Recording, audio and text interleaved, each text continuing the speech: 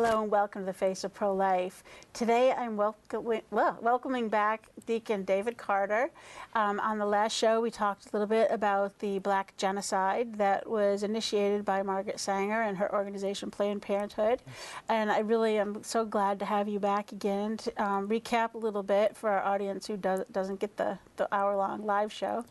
And to further to discuss some of your mission that you would like to begin and continue throughout Worcester and beyond.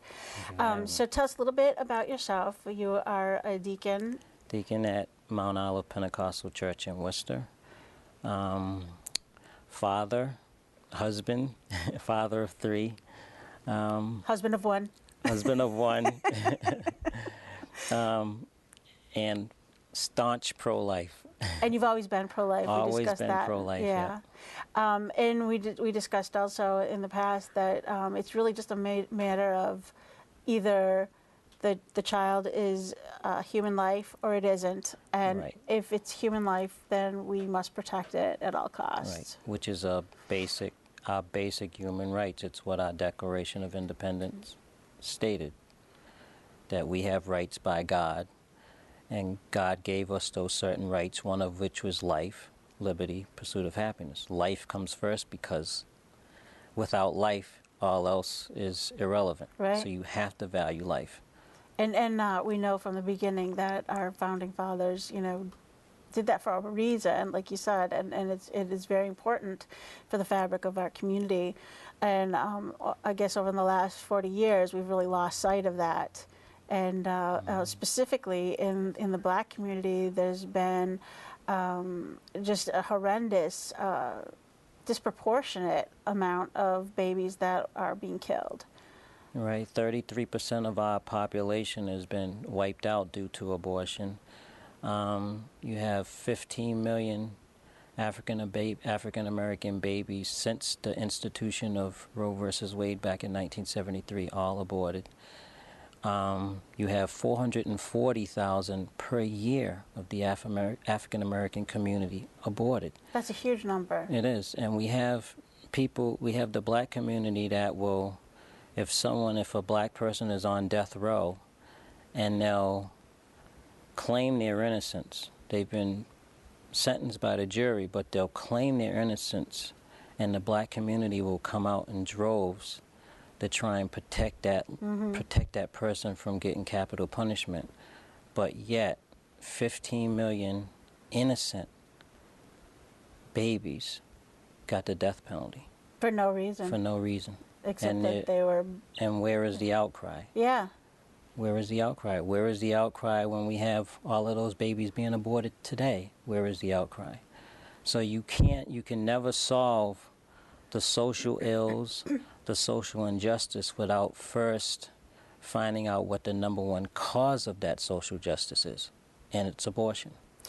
How old were you when you realized the conspiracy, basically, of Margaret Sanger and her indoctrinating the Black pastors into promoting abortion and contraception in their communities? It was probably when I became old enough to vote, when I was 18, because then I started to do my homework and do my history, because I wanted to know what politicians to vote for. So that's when I started delving into, the pro-life issue and then Planned Parenthood. Well, okay, how did Planned Parenthood come about? Well, Margaret Sanger. So I looked up Margaret Sanger, and sure, they said she was her heroine and for reproductive rights, but then I started to see some of her quotes.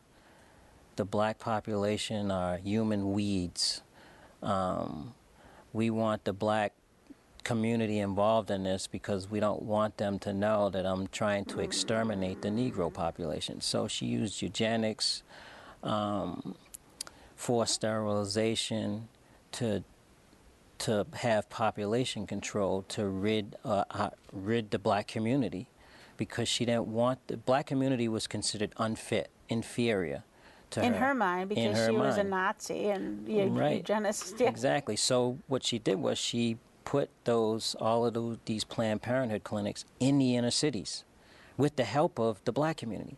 in the inner cities so that black women could have a way out, have a way out by, well, your economic circumstances aren't good enough for you to have a child, so this is a way to end that so that you won't have to bring up a child. You won't have to take responsibility. And the black community bought into this, and here we are today. Mm-hmm. Look at the stats. Here we are today, and unless somebody speaks out and says enough, that this is wrong, no more taking human life, then it's not going to change. Mm-hmm. And so I know you try to preach this in your small community, and for the most part, people understand, that, being Christian, that they are personally pro-life, but what you're trying to do is get the message out that it's not good enough to just be personally pro-life. Right. It's not good enough just to be pro-life in the background, because if you're just pro-life in private, then the message doesn't get out. Because what's happening is the political establishments, the Planned Parenthoods, the different ones that believe in the things that we don't believe in, the abortion and other issues, they're getting their message out. So our kids are only hearing that particular message. Oh, it's all right to get an abortion. Don't worry about it. That's not a baby. Don't worry about that. So they're getting the message out. They're hearing it in their schools. They're hearing it when they go to the clinics. They're hearing their economic circumstances. Oh, well, we'll solve your economic circumstances by, if you get rid of this baby, mm-hmm. your economic circumstances will improve. You can't afford a baby. They don't hear another alternative. They don't hear the fact that maybe life can be better if you have the child. They don't hear the fact that that it's not necessarily that your economic circumstances are going to be that bad if you have a child. They don't hear that narrative. So my job is to try and promote this to get some of our black leaders to step up into the forefront and say that instead of looking at all of these other issues as the most important issues of the day, to try and pull abortion up to the forefront and say, this is something that we need to fight for. I'm looking for abortion to be on a mission statement. If I see abortion on a mission statement, then I know that things are getting better. Yeah. Because you never see that. You see social ills and social injustice, but what does that mean? Tell me what that means. Does it mean that you're talking about abortion in the black community, or does it mean you're just concerned about poverty? Right. Right. I want to see that issue brought to the forefront, and then when that issue is brought to the forefront, then there can be dialogue. Then we'll start to say that Planned Parenthood is a bad place to go. We want to promote problem pregnancy centers, right, and places where the woman can go and get truthful information, because the information you hear today isn't truthful. Mm-hmm. And it gives them the choices, the real choices, either to place their baby for adoption or to carry their baby and parent. Right. And you run into that all the time, where a lot of the girls they don't know that there really is an alternative. They're told that, well, you can't afford this baby. Right. You need to go to school. You can't have a child now. And that's really, what is that saying to the girl? It's like, well, geez, you wouldn't make a good parent because you just aren't fit, to be right. a parent at this time. Exactly. And the girls, some of them that come to us, they realize, oh, this is the only obstacle. We can help you around that.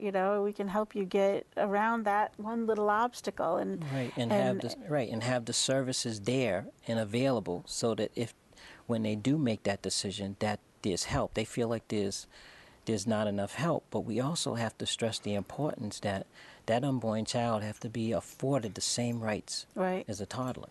Because if they don't believe that, then it's easy for them to make the wrong choice because they don't think that that's a life. A human, yeah. Yeah, and that's true in all the mistakes that we've made in history, dehumanizing people. Exactly. We had slavery because we dehumanized a group of people. We had the Holocaust because we dehumanized a whole section of our society. So it's not that we don't make mistakes. We just hope that we learn Right. from the mistakes. And this has been a huge mistake, bigger than both of those horrible chapters in our history, because we've killed over 50 million children. Right. So the question is, have we learned? But we haven't learned the same things that we fought against back in the 1800s. Yeah. In the early 1900s, that we fought for, the basic human right to freedom, the basic human right to life, is coming back full circle to us today. We're not fighting for that basic human right to life.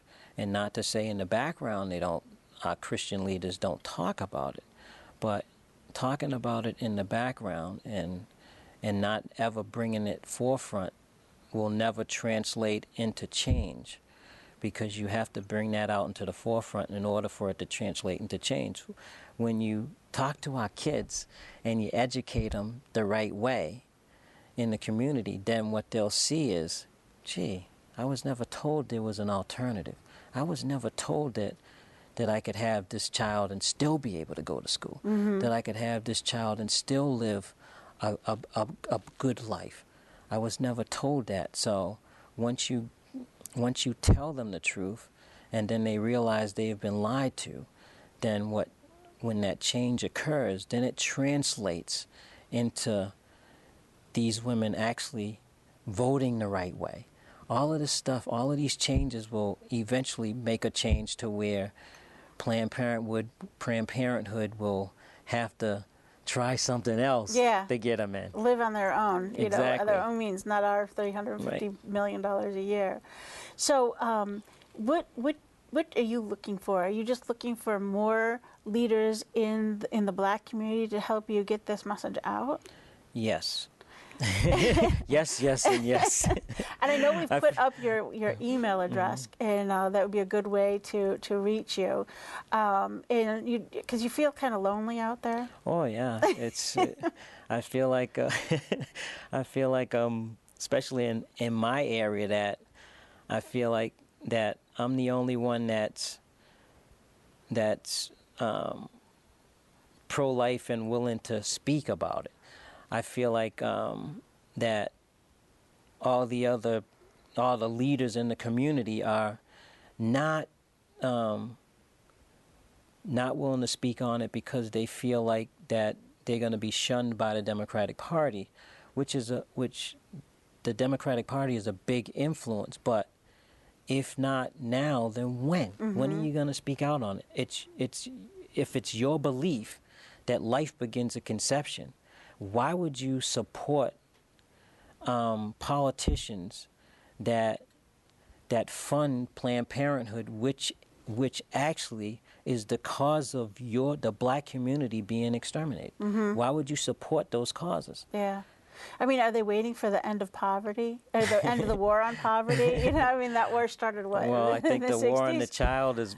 I know. The war on the child is more important, and so that's what I'm looking for. I'm looking for Black leaders to say, I'm willing to help to change.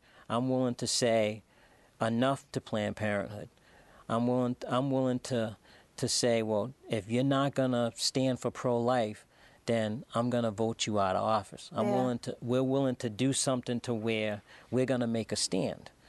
And unless enough, because we talked about this, that is, if the Black community got together and took a stand, this would end. Maybe even the Democratic Party would maybe even change their own legislation or change their own stance. They would maybe even decide to, okay, man, something's wrong with this. I think this is a serious issue because we got all of the Black community now, and they're going against us. But unless they do, the Democratic Party is going to say, well, we got enough of the black community here that we don't need to make a change. Maybe we're doing something right. Maybe that reproductive rights that Planned Parenthood preaches, that Margaret Sanger It's holding you in line. is holding you in line. So the question is the black community going to speak out? Are they going to make a stand and say, enough? We've seen the statistics, and we need to make a change. Well, it would sure make our lives easier. You know, Sure if the would. Democrats and the Republicans were pro-life, it would surely make our lives easier, wouldn't it? It would be great.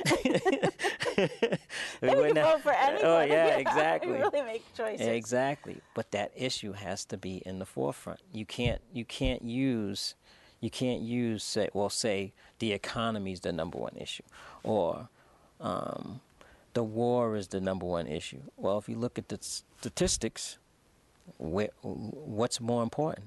Look at all the lives that have been lost. Yeah. Yeah, we often say, you know, if you count all the casualties of all the wars in our country's history, you still don't even come close to all the lives we kill every year in the United States. Right. Through abortion. Exactly. It's so sad, and so anybody can get a hold of you through your email address. Sure. and try to get a dialogue going and try to a support group. A support group or somebody to say that we're willing to address these issues in the community, in the black community, in the churches. That's where it starts. It in is. The churches, well, that's where it started to begin with. That's right. It started in a bad way in the church, and it can end in a good way in the church. Absolutely. Because if you get dialogue in the churches, and you get churches to the members of the churches, teenagers in the churches, to see something different, because they don't. Yeah. They're seeing a negative message, and they're in the church. There's no reason why teenagers in churches should be willing to end a life. Mm. I mean, they know when you're lying to them. You know, right. I mean, God's law is written in your heart, right. And the kids know, and we wonder why kids are pulling away from the churches, right. Or pulling, if they're starving for the truth, right. And if we would just feed it to them, they would just eat it up like crazy. If you go to the March for Life, it's all kids. You can tell. I mean, it's a message that brings joy, and they're just filled with the Holy Spirit when they're there. I mean, it's amazing to see the kids there, and you said the churches are where they're going to affect this change. Right, that's where it starts. It starts in the churches, and you teach those kids the truth, tell them the truth. But it's hard to tell them the truth when you yourself are living a lie. True. You can't tell them the truth if you yourself are supporting the wrong policies or supporting the wrong people that support those policies. So it starts with you making the change, and then you promoting that into your church. But I can imagine, especially with the last election cycle, it was really difficult. Oh, yeah. I think you had mentioned before that you had been making progress when George Bush ran the second time. Yes. Yep. And you were able to convince some people, to defect from the Democratic Party right. and vote pro-life. Exactly. But it was a little more difficult in 2010 or 2008. Right. It was very difficult because you see the first black president, and you as a black person can make history. Right. You tend not to look at the overall issues, so you tend to look at what is his message. He's articulate. He's promoting change. He's good family man. Right, good family man. He's saying he's gonna help the inner cities. All of these things he promoted. Well, that's what drove the black population. That's why he got 96% of the black community's vote, because he gave them a sense of he's with us. Right, pride. Right, he's with us. Yeah, But that's understandable. it is. It's understandable. But by the same token, he wasn't for us. Right. In terms of what our Christian and moral values were, he wasn't for us. He was, because he's basically the spokesperson for Planned Parenthood. That's an issue that, a non-negotiable issue that the black community should have came out against him on that. No one questioned it. No one questioned why he supported infanticide in Illinois. But it would be so amazing if the black community could do that with this president. You know, I mean, they could use their influence on this president and change the Democratic Party. Right. Really, they have the power to do it. But he, like you said, he is so pro-abortion. I mean, he couldn't even bring himself to vote for the anti-infanticide laws. You know, he wouldn't. So he blocked it. It's just continually, and it's. Why is that? And it's the excuse that he gave that was even more astounding, to say that because if you called the unborn child a child, you would have to give it health care. And that would thwart the will of the mother who wanted to abort the child. So the pro-life people would use it as grounds to overturn Roe versus Wade. So he used that, astounding, to say that we can't give this child that survived an abortion.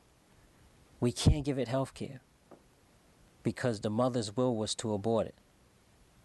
And her rights are more important than the child's life. Right to life. Right, exactly. Yeah. It's tough to swallow, but once again, unless people hear that message, because that message didn't get out. Right. A lot of these things, a lot of these issues, because the media controls what you see. So if these issues don't get out, or if you're not willing to do a little homework to get those issues, because the issues are out there. All of these things are out there, but the question is, are you willing to look for the truth? Right. You know, because that's all it is. It's just the truth about one particular issue versus another. I mean, it is important, you know, I mean, everybody, you know, says voting is a right, but it really is a privilege, and it's something that you really need to take seriously.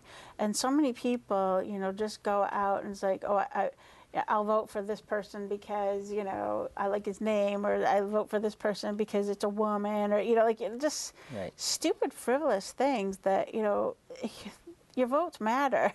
Right, your votes count. You know, no matter what the position, it's really important that you do your research. Especially when it comes to developing a moral fabric to our country, because how does our country become so bad? It becomes so bad because we vote in politicians that change legislation. How do you think some of these laws that we're against come into power? Through the courts. How are the courts able to usurp their judgment on us unless they have those type of judges that are willing to just make the law up opposed to following the Constitution. And appointed by the elected officials who you elected, knowing full well, you didn't know, but you should have known full well that that's what they were trying to do, is affect the change through the courts. Exactly. And then the black leaders, we have specific conservative leaders that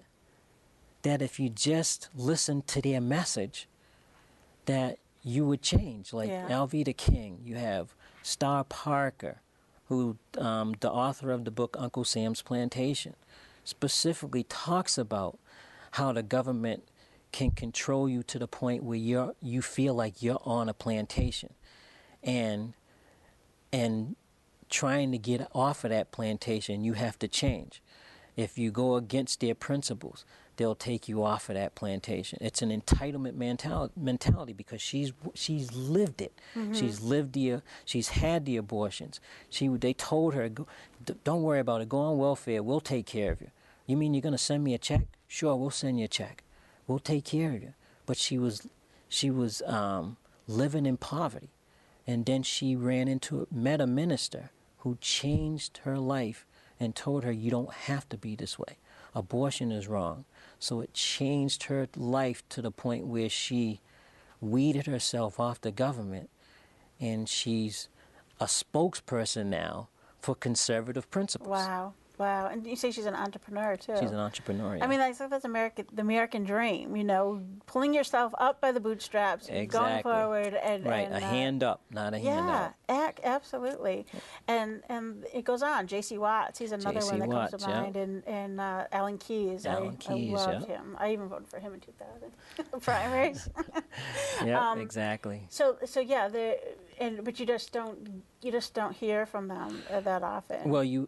Well, what it is you hear, you know of them, but when their names are mentioned, they're only mentioned in the context that they're a sellout, or they're an Uncle Tom. Condoleezza Rice, can you imagine Condoleezza Rice is being told she's a sellout just because here's in the biggest cabinet, you know. She was Secretary of State, Self-made woman, National Security Advisor. I mean, look at Colin Powell. Yeah. You know, people like that. They were called sellouts because Clarence Thomas. Right, Clarence Thomas, another one.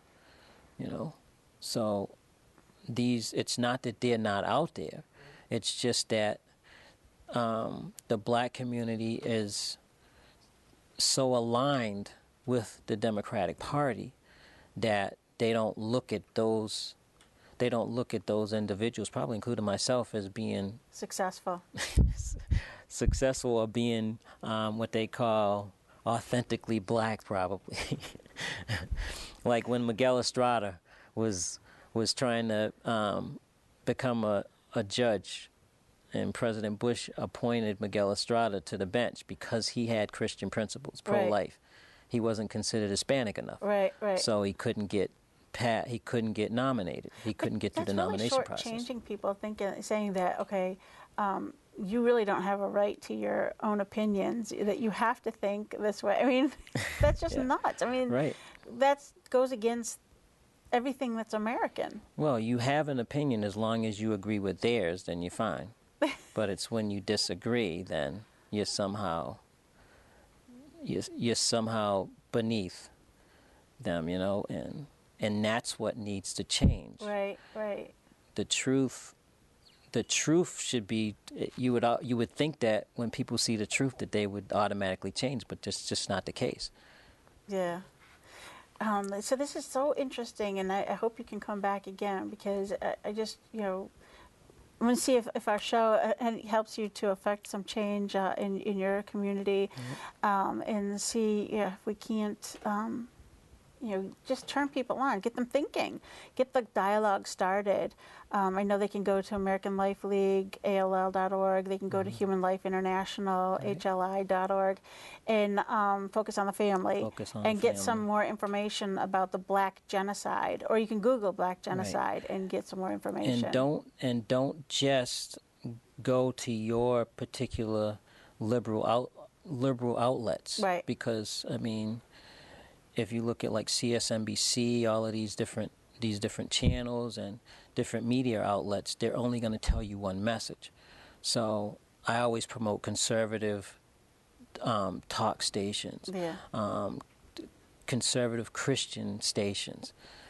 Thank you so much. You're welcome. And thank you for all that you do. Thank you for joining us. Again, go to those websites, talk to your family and friends about Black Genocide. Educate yourself and everybody around you, and hopefully we can end just all infanticide in the United States. And we hope that you look in the mirror the next time and realize yours too is the face of pro-life. Please join us again next time.